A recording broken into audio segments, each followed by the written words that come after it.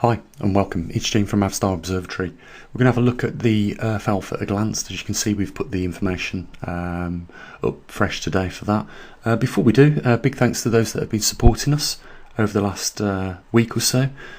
Special shout out to Philip Kemble. He asked me if I wouldn't mind giving him a shout out. I'd give out a lot more people a shout, but usually I try and keep their details private. And that's why I don't really do it too much, but he didn't mind if I did give him a shout out. So Philip, big thanks for your support. I hope you continue to support us here at the Observatory, as well as everybody else, like our patrons and all our other superstars, and stick with us. So as you can see, we've added the data, and I just want to say before we get into looking at the information that we've collected from the equipment we use, I just want to say, if we didn't have the equipment, we wouldn't know for a fact what the state of any of these things are. Like CO2, atmospheric oxygen, we wouldn't know the longitude and latitude if we never had the Trimag system, and if we never had the muon detectors, we wouldn't know what the rate is, and that is the same for the radiation background count that we do. So all these things that we do, we have specialised equipment, and in some cases, like the Trimag system, it's bespoke equipment, so you won't get that data anywhere else other than from here at the YouTube channel maverickstar, or on the actual poleshiftnews.com link to the website. So let's get into it. So the atmospheric CO2 is slightly down from the last time we took a measurement. As you can see, it's 434 parts per million. Is it something to worry about if it goes up a little bit? No, not really. I've said this before. If I put the CO2 counter in your living room, it probably go up to something between 1,500 parts per million to 2,000 parts per million. So, the levels of CO2 in the actual atmosphere outside, when they're at 434 parts per million, are, really nothing to worry about. If we dropped the CO2 down to around 250 parts per million, we'd shut down all of the biodiversity of plants across our planet, and shortly after doing that, we ourselves would be dead, as well as every other species on the planet. So it's not a good idea that we do that. If we go back to prehistoric levels, there used to be thousands of parts per million in the atmosphere, and guess what? Everything from the prehistoric period of time was much bigger than what it is today, so it was obviously thriving. What brought the levels down from the prehistoric periods to now would have been, the zooplankton and sea microscopic organisms in the sea. They would have scrubbed the atmosphere clean. The oceans are one of the biggest scrubbers of CO2, and then when you go on to terraform or land, trees, shrubs, and other species like that are the probably secondary highest scrubbers of natural CO2 in the atmosphere. When you consider how much humans put into the atmosphere, in any case, it's very little and not really anything to worry about. So moving on to the atmospheric oxygen, I think it's just slightly down from last time we took a measurement, but in general the atmospheric oxygen is always around 21%. Now that's quite a large volume of oxygen in our atmosphere. People say, we would worry if we started to lose atmospheric oxygen. I'd be more concerned about increasing atmospheric oxygen, because if we, say, doubled it or tripled that atmospheric oxygen, along with all the other gases in our atmosphere, we could almost pose a risk of igniting our atmosphere on our planet. So, atmospheric oxygen has remained, constant for, thousands of years on our planet, and seeing at 21.18 is of no concern at all. But the reason why, I built the atmospheric oxygen sensor using the Luminox sensor, which is state-of-the-art equipment, was so that we could show people that was concerned about levels of atmospheric oxygen what they actually are on a regular basis. If we move on, the longitude and latitude of the latest magnetic pole position, the dipole, as you can see, is there. Then we've got the radiation background count. I know it's only gone up 00.03%, 1%, so it's only a teeny smidgy more radiation than what we was getting the last time we took some measurements. We've got the volcanoes in eruption, which have gone up by a number of 2. So the last time we took measurements, there was at 26 actually in eruption, not showing signs of eruption. What we're trying to do here is use a base. So, we don't look at all the other elements of erupting volcanoes. We just look at the ones that are actually in eruption and record that number. So it's up by 2 volcanoes this time round. We've got the latest earthquake in the last 24 hours. We count the largest magnitude for you, and as you can see, it's 5.4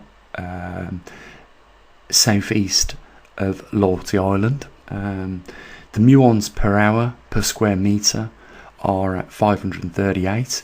Again, if you go back over the archive of Earth Alpha at a glance, you'll see that muons don't fluctuate by any great amount at the moment.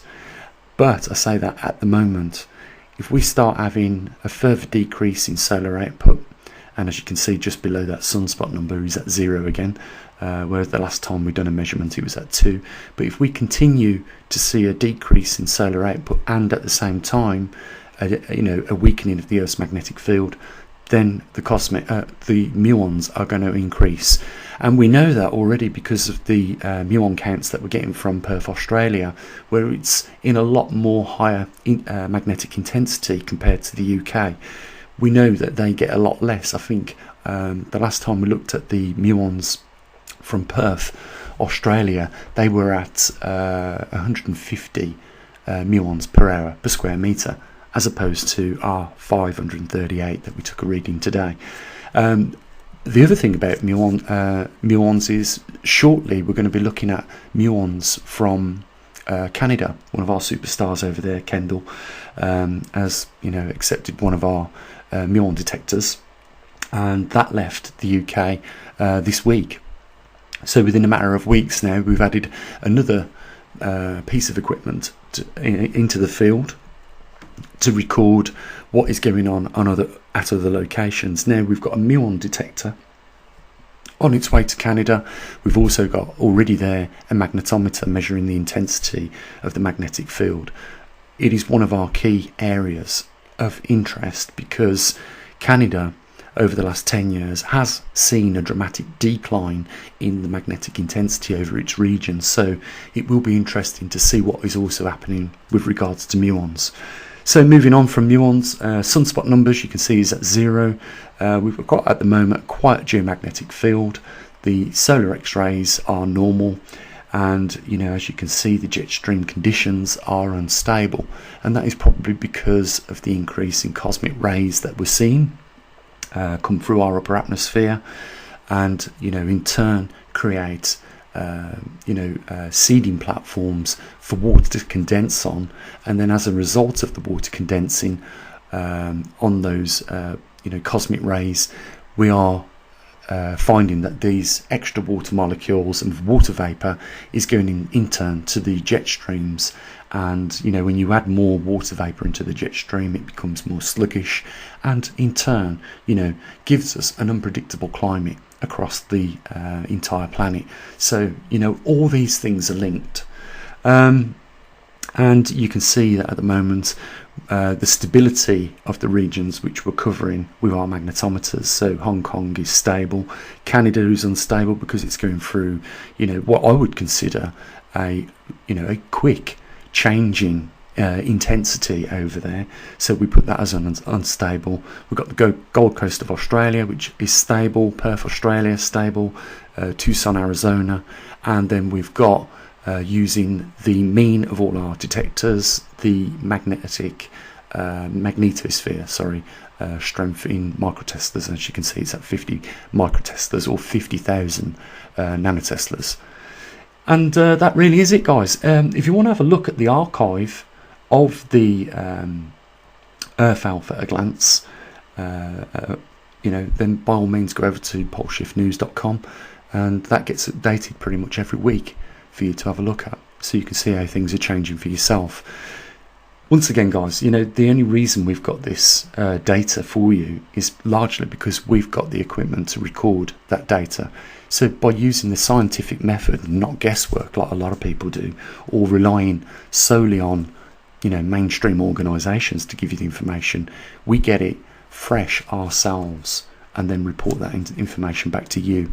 We also keep an eye on the latest magnetic pole position, because we're interested in how that is going to relate to its movement over time and how close it's getting to that theoretical 40 degree mark, where we expect rapid pole movement as it leaves, the poles leave the strong field lines, which allow it to move slower into the weak field lines, where the dipole moves a lot quicker.